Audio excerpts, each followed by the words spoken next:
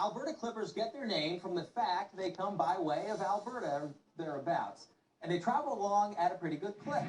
They move from west-northwest to east-southeast, and the systems slide along a track separating cold air to the north and northeast from warmer air to the south and southwest.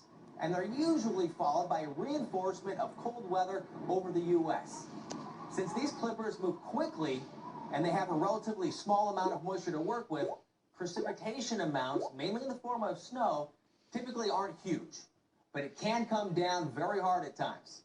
Clippers often produce a brief period of windy conditions as they track quickly across the region, and after exiting the eastern Great Lakes or the Ohio Valley, clippers generally swing around to the east-northeast and move harmlessly offshore and out to sea.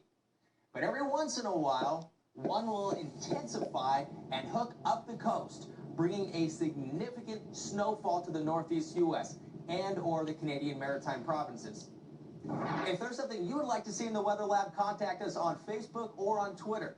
In the Weather Lab, I'm meteorologist Chris Warren.